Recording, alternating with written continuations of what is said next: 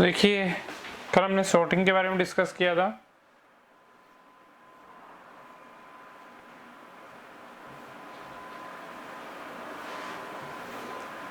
आज last topic है हमारा complexity of algorithm. Complexity of algorithm कि हमने डिस्कस किया था कि किसी भी एल्गोरिथम को जो कंप्लीट करने के लिए, उसकी जो टास्क है उसको कंप्लीट करने के लिए किस किस चीज़ की रिक्वायर रहेगी, कितने टाइम की रिक्वायर रहेगी, ठीक है।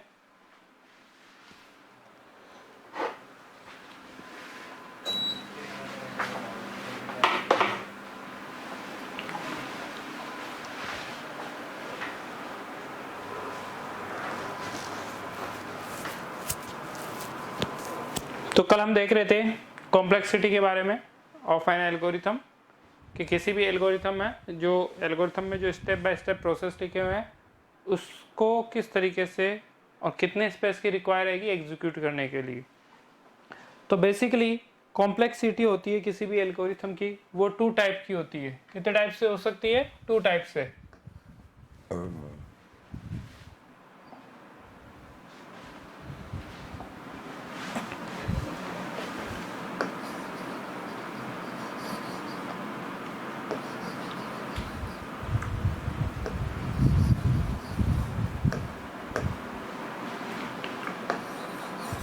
Of algorithm.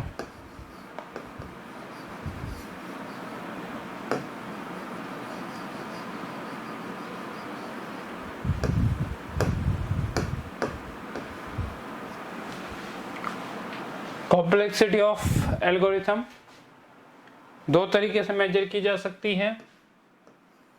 स्पेस कॉम्प्लेक्सिटी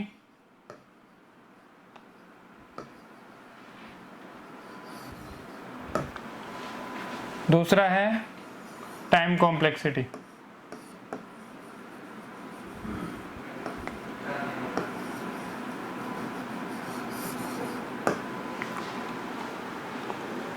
किसी भी एल्गोरिथम की जो है कॉम्प्लेक्सिटी 2 टाइप की होती है, स्पेस कॉम्प्लेक्सिटी और टाइम कॉम्प्लेक्सिटी।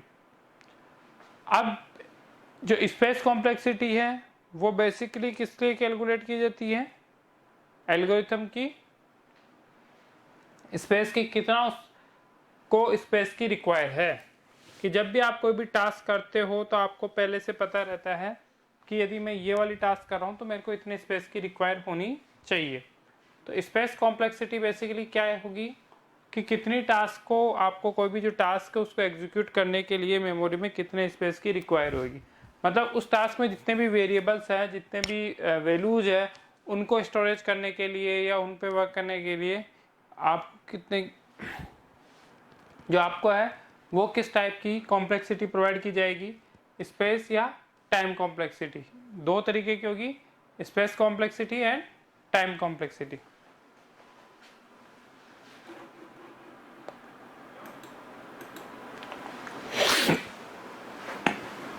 तो देखिए 1 बाय 1 पढ़ेंगे। पहले तो हम पढ़ेंगे स्पेस कॉम्प्लेक्सिटी। तो सिंपल सी जो डेफिनेशन है स्पेस कॉम्प्लेक्सिटी की क्या है, किसी भी एल्गोरिथम को एग्जीक्यूट करने के लिए जितनी स्पेस की रिक्वायर रहेगी वह कहलाएगा आपका स्पेस कॉम्प्लेक्सिटी। वह क्या कहलाएगा? स्पेस कॉम्प्लेक्सिटी कहलाएगा। क्या कहलाएगा? स्पेस कॉम्प्लेक्सिटी कहलाएगा। कि जितने भी स्पेस के आपको रिक्वायर है that is not space complexity.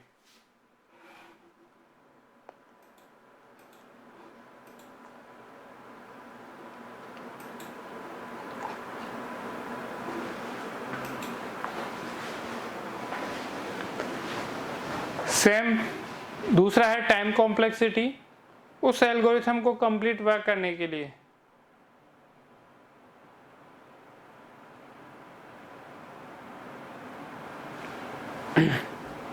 तो हम डिस्कस कर रहे हैं स्पेस कॉम्प्लेक्सिटी और टाइम कॉम्प्लेक्सिटी के बारे में।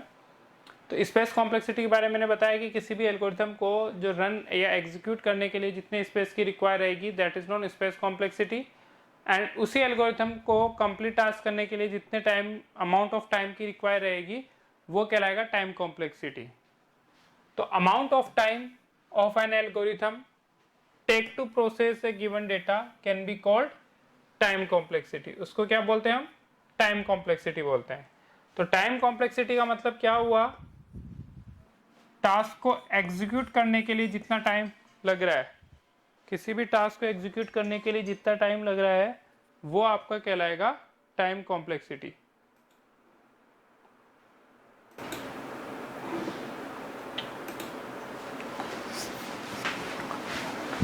सो टाइम कॉम्प्लेक्सिटी मतलब किसी भी टास्क को एग्जीक्यूट कंप्लीट करने में जितना टाइम लग रहा है, that is not time complexity. For a small set of data element in examples of this character, so far the time and memory required by the different algorithm do not differ significant. However, the real world sorting algorithm are required to work on high amounts of data. In such cases, the total time utilization becomes significant, and therefore it is important to be consider the time complexity of an algorithm. अब क्या होता है कि अलग अलग task को execute करने के लिए अलग अलग एल्गोरिथम्स बनी रहती है, तो हर एक एल्गोरिथम की जो टाइम कॉम्प्लेक्सिटी और स्पेस कॉम्प्लेक्सिटी भी क्या होगी, डिफरेंट डिफरेंट होगी, ठीक है, क्योंकि हर चीज को काम करने का जो है टाइम जो लग रहा है वो अलग अलग होता है।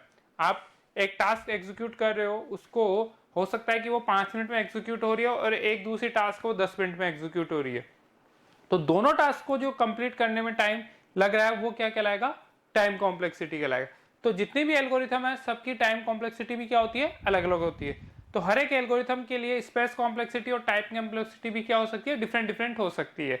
और तो डिपेंड ऑन द एल्गोरिथम की किस टाइप की एल्गोरिथम है। लाइक शॉर्टिंग वाली एल्गोरिथम है, उसको यदि हैग ऑफ डेटा को शॉर्ट करना होता है तो उसमें उसको जो शॉर्टिंग करने में जो टाइम लग रहा है वो ज्यादा लगेगा, तो वो उसकी जो टाइम कॉम्प्लेक्सिटी है वो क्या होगी, ज्यादा होगी, ठीक है। Computer scientist prospering different techniques for sorting are always interested to find out their time complexity. The aim is find out how a sorting algorithm behave if the order of input element change or if the number of element in the list increase or decrease.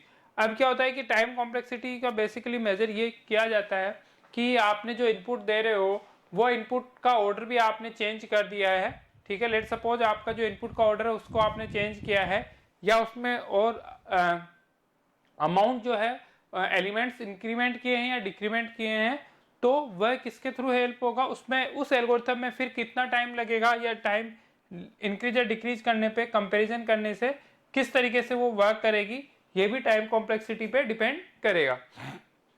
Such comparisons help to decide which algorithm is more suitable for which kind of data and application.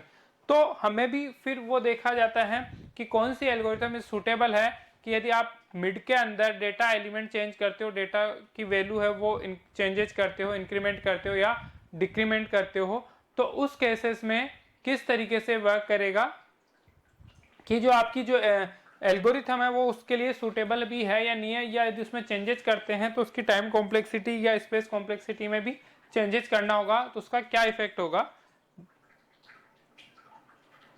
Calculating the complexity of different algorithms involve mathematical calculations and detailed analysis beyond the scope of this textbook. Discuss them in detail. हम जब भी time complexity या space complexity major करेंगे तो उसमें कई सारी mathematical calculations include होती है, लॉजिकल एनालिसिस इंक्लूड रहते हैं, उसके बेसिस पे टाइम कॉम्प्लेक्सिटी कैलकुलेट की जाती है। The following tips will be guide us estimating a time complexity of an algorithm. कुछ टिप्स है जो कि किस लिए यूज की जाती है, आपकी टाइम कॉम्प्लेक्सिटी की किस तरीके से हम टाइम कॉम्प्लेक्सिटी को कैलकुलेट कर सकते हैं। तो देखिए, any algorithm that has a loop 1 to n will have the time complexity as n because the loop will execute the statement inside its body n number of time. Such algorithm are non linear time algorithm. अब कुछ algorithm ऐसी है जिसमें same task बार बार repeat हो रही है, मतलब लूप का इंक्लूड हो रहा है उसके अंदर, तो इस एल्गोरिथम्स को हम बोलते हैं लीनियर टाइम एल्गोरिथम। क्या बोलते हैं, लीनियर टाइम एल्गोरिथम। तो एन नंबर्स ऑफ टाइम्स, कितनी बार वो रिपीट कर रहा है टास्क को, जितनी बार वो टास्क को रिपीट कर रहा है वो एल्गोरिथम के लिए क्या कहलाएगा, लीनियर टाइम एल्गोरिथम कहलाएगी। फॉर एग्जांपल, जैसे कि मैंने कहा कि आपको वह नंबर फाइंड करना है कि मेरे पास एक लिस्ट है, एलिमेंट्स है 2 5 2 3 9 1, इसको शॉर्ट करना है। तो अब मैं शॉर्ट करूंगा तो जिस भी मेथड से करूंगा तो मैं बार बार लूप का यूज करूंगा, क्योंकि मैं क्या करा रहा हूं, कंपैरिजन करा रहा हूं। क्या करवा रहा हूं, कंपैरिजन करा रहा हूं। तो जितना लूप चलेगा उसके हिसाब से इसकी टाइम कॉम्प्लेक्सिटी कैलकुलेट होगी। तो एन टाइम पे एन लूप यदि एग्जीक्यूट होता है तो इस टाइप की जो एल्गोरिथम्स होती है उसको लीनियर टाइम एल्गोरिथम बोला जाता है। A loop within a loop will have the time complexity n square। अब एक लूप के अंदर भी एक को लूप है तो जो टाइम कॉम्प्लेक्सिटी कितनी हो जाएगी, n स्क्वायर हो जाएगी। मतलब फॉर एग्जांपल्स कि मैं एक टास्क एग्जीक्यूट करता हूं, जैसे कि अभी जो यहाँ पे मैं जो शॉर्टिंग में हम देख रहे थे कि आपको 2 बार लूप चलाने पड़ते थे। कंपैरिजन कर रहे हो, एक तो पासेस के लिए कंपैरिजन कर रहे हो आप, फर्स्ट पास, सेकंड पास, 3 पास, 4 पास, एक पासेस। अब उस पासेस के अंदर भी आप देख रहे थे कि एक नंबर है वो 5 टाइम्स कंपैरिजन हो रहा था अलग अलग नंबर से। जैसे फर्स्ट नंबर को सेकंड से कराया, फर्स्ट को थर्ड से कराया, फर्स्ट को फोर्थ से कराया, फर्स्ट को फिफ्थ से कराया। तो एक लूप तो ये चल रहा है कि हर एक नंबर क्या क्या कर रहा है, एक ही नंबर फर्स्ट नंबर 5 नंबर से कंपैरिजन हो रहा है। तो एक लूप ये हुआ। एक लूप जो फर्स्ट नंबर से स्टार्ट हुआ था, फिर आप वापस से सेकंड नंबर पे आए, सेकंड नंबर से फिर वही जो प्रीवियस वाला जो सिनेरियो था वही आप क्रिएट कर रहे हो कि जो सेकंड नंबर उसको नेक्स्ट नंबर से, फिर उसको नेक्स्ट नंबर से, फिर उसको नेक्स्ट नंबर से क्रिएट कर। तो इस तरीके से आप डबल लूप चला रहे हो उस एल्गोरिथम में। तो उसमें यदि लूप के अंदर भी लूप है उसी एल्गोरिथम के अंदर, तो जो टाइम कॉम्प्लेक्सिटी है वो n स्क्वायर हो जाएगी। और उसको हम बोलते हैं, क्या बोलते हैं, such algorithm are known quadratic time algorithm. जैसे कि मैथमेटिकल्स में होता है आपका लीनियर पेयर इक्वेशन और क्वाड्रेटिक पेयर इक्वेशन। ठीक है, लीनियर मतलब x और क्वाड्रेटिक मतलब x स्क्वायर। इस तरीके से तो सेम यहां पे भी वही है कि आपका जो टाइम कॉम्प्लेक्सिटी है वो कौन सा हो जाएगा, क्वाड्रेटिक टाइम कॉम्प्लेक्सिटी कहलाएगी। इस तरीके की एल्गोरिथम कहलाती है क्वाड्रेटिक टाइम एल्गोरिथम। क्या कहलाती है, क्वाड्रेटिक टाइम एल्गोरिथम कहलाती है। If there is a necessary loop and also single loop, the time complexity will be estimated on the basis of necessary loop। necessary का मतलब क्या होता है, एक ही टास्क में सेम टास्क का इंक्लूड करना। फॉर एग्जांपल जैसे मैं कोई फॉर लूप लिया और इस लूप को एग्जीक्यूट कर रहा हूं कोई भी कंडीशन देके, ये एग्जीक्यूट होते ही फिर एक और लूप ले लूं मैं, और उसके अंदर भी मैं एक और लूप ले लूं। लूप ले सकते हो, इफ एल्स ले सकते हो। नेसेसरी टास्क और दे देता हूं, देखिए सिंपल है। एक इफ लिया, मैंने बोला मेरे को वो लिस्ट चाहिए जिन स्टूडेंट्स के नंबर कितने हैं, मोर देन 80% है।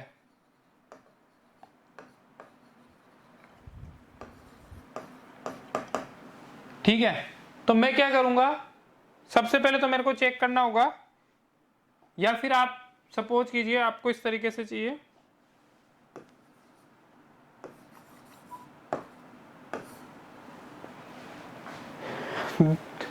मेजर्स कोई पॉपुलेशन है उसमें मैं चाहता हूं कि जो पर्सन्स है कितने पर्सन्स मेजर और कितने माइनर्स होंगे। उन मेजर्स में भी मैं चाहता हूं कि जो सीनियर सिटीजन है वो अलग रहे। ठीक है, और माइनर्स में भी मैं चाहता हूं कि जिनकी एज 5 ईयर से बिलो है वो कितने हो। तो उस केसेस में मेरे को नेसेस्टेड का यूज करना होता है, इफ कंडीशन का यूज करना होता है। जैसे कि आपके पास जो एज है, एज इज ग्रेटर देन 18, जिनकी एज ग्रेटर देन 18 है वो इस लूप में आ जाएंगे। अब उसमें से भी आपको चाहिए 18 से में भी आपने बोला कि मेरे को उसमें से भी नंबर ऑफ पर्सन चाहिए जिनकी एज 60 से ज्यादा हो, तो फिर आप इसमें एक और इफ लगाओगे, if again age is greater than 60। तो ये सपोज करो आपने यदि यहाँ पे 70 एंटर की है तो 70 is greater then 80, condition true. आप यहां पे आ जाओगे, यहां पे आते फिर आपको एक और लूप मिलेगा कि क्या 70 जो आपकी एज है वो 60 से भी ग्रेटर देन है, यस ग्रेटर देन है। तो यहाँ पे एक इनपुट जो भी आपको टास्क एग्जीक्यूट होगी वो यहां से आप एग्जीक्यूट करा सकते हो। अदरवाइज मतलब सीनियर सिटीजन की काउंटिंग यहां से बढ़ेगी प्लस प्लस, अदरवाइज जो मेजर है उनकी काउंटिंग होगी। तो यहां पे नेसेस्टेड होगा, एक इफ के अंदर एक और इफ है, ठीक है, तो ये कहलाएगा आपका नेसेस्टेड, ये कहलाएगा नेसेस्टेड लूप। तो हो सकता है कि देयर इज ए नेसेस्टेड लूप, एक सिंगल लूप हो, एक ही हो। फॉर एग्जांपल मेरे को खाली मेजर और माइनर जो पर्सन है उनकी नंबर्स चाहिए, तो एक ही लूप चलेगा। एज इज ग्रेटर देन 18 तो मेजर हो जाएंगे और लेस देन 18 माइनर हो जाएंगे, तो वहां पे दोनों लूप नहीं चलेंगे, तो नेसेस्टेड नहीं होगा। तो इस तरीके के जो लूप है जिसमें complexity estimated on the basis of nested loop only. तो यहाँ पे कितने नेसेस्टेड लूप चल रहे हैं, 1 और 2, तो इसकी कॉम्प्लेक्सिटी इन नेसेस्टेड लूप के बेसिस पे की जाएगी। तो इस तरीके से हमारा ये वाला जो चैप्टर है वो कंप्लीट हो गया। यहाँ पे कुछ स्पेशल है कि हमने जो यहाँ पे 3 टाइप्स की शॉर्टिंग डिस्कस की थी उनकी टाइम कॉम्प्लेक्सिटी क्या होगी। तो so according to the above rules the sorting algorithm name bubble sort, selection sort and insertion sort. 3 तरीके की शॉर्टिंग है, bubble sort, selection sort and insertion sort, have a time complexity of n square. क्योंकि इन तीनों में ही हमारे loops हैं वो क्या हो रहे हैं, 2 टाइम्स लूप का यूज हो रहा है, हम अलग अलग लूप यूज कर रहे हैं। हर एक किसी भी एल्गोरिथम में एक लूप का यूज नहीं हो रहा है, हर एक एल्गोरिथम में 2 लूप्स का यूज हो रहा है। तो इनकी जो टाइम कॉम्प्लेक्सिटी है वो कितनी है, n स्क्वायर। तो ये आप हमेशा एक क्वेश्चन आ जाता है 1 मार्क का या हाफ मार्क का कि right the time complexity of bubble short algorithm या सिलेक्शन शॉर्ट एल्गोरिथम या इंसर्शन शॉर्ट एल्गोरिथम। तो आपको याद रखना होगा कि किसी भी जो शॉर्टिंग एल्गोरिथम इन तीनों की जो टाइम कॉम्प्लेक्सिटी है वो कितनी है, n स्क्वायर। कितनी है, n स्क्वायर। कितनी है, n स्क्वायर। इसके बाद में समराइज इसका, द प्रोसेस ऑफ प्लेसिंग और rearranging a collection of element in a particular order is not sorting. तो शॉर्टिंग किसे कहते हैं, arranging a elements in a particular order is not sorting. Bubble sort is a simplest sorting algorithm जिसमें हम क्या करते हैं, स्वैपिंग करते हैं कंपैरिजन करा के। Selection short is the smallest element is selected from the unsorted array and swapped with the leftmost element and then element become part of the sorted array। Selection short में क्या करना होता है आपको, बबल में आपको क्या करना होता है, बबल में सिंपलिस्ट है, आप 1 by 1 कंपैरिजन करा के क्या करोगे, स्वैप करते रहोगे, ठीक है। दूसरा है सिलेक्शन शॉर्ट। सिलेक्शन शॉर्ट में आपको जो कंपैरिजन कराना होता है वो भी सेम इसी तरीके से होता है, बट जो सिलेक्शन शॉर्ट के अंदर है वह सबसे जो लार्जेस्ट एलिमेंट है वो बॉटम पोजीशन पे जाएगा और बबल में आपका जो स्मॉलेस्ट एलिमेंट है वो टॉप पोजीशन पे आएगा। फिर इंसर्शन शॉर्ट के बारे में हमने डिस्कस किया। इंसर्शन शॉर्ट में क्या होगा कि 2 एरे होगी, एक शॉर्टेड एरे होगी, अनसॉर्टेड होगी। अनसॉर्टेड एरे से एलिमेंट आएगा और किस में एंटर होगा, शॉर्टेड एरे के अंदर। तो इस तरीके से ये इंसर्शन शॉर्ट होता है। एंड द कॉम्प्लेक्सिटी हमने डिस्कस किया कि कॉम्प्लेक्सिटी क्या होती है, किसी भी जो एरे की को एग्जीक्यूट करने के लिए जो टाइम की रिक्वायर है वो टाइम कॉम्प्लेक्सिटी कहलाएगी। ऐसे उसको कंप्लीट एग्जीक्यूट होने के लिए जितनी स्पेस की रिक्वायरमेंट हो रही है वो कहलाएगी उसकी स्पेस कॉम्प्लेक्सिटी। तो इस तरीके से चैप्टर हमारा कंप्लीट हो गया और ये वाला जो चैप्टर है वो आपके बोर्ड एग्जामिनेशन से नए सिलेबस के अकॉर्डिंग डिलीट कर दिया गया है इसको। तो इस वाले चैप्टर से कोई भी क्वेश्चन आंसर्स आपके बोर्ड एग्जाम में नहीं आएंगे। तो ये जो चैप्टर है वो रिड्यूसिंग सिलेबस का पार्ट है, तो हम इस पे ज़्यादा फोकस नहीं करेंगे अब।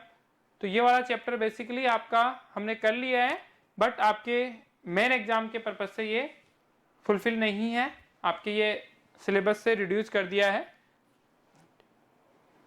इसी तरीके से एक और चैप्टर है सर्चिंग, वो भी आपके जो मेन सिलेबस से है उससे उसमें इसको क्या कर दिया है, रिड्यूस कर दिया है।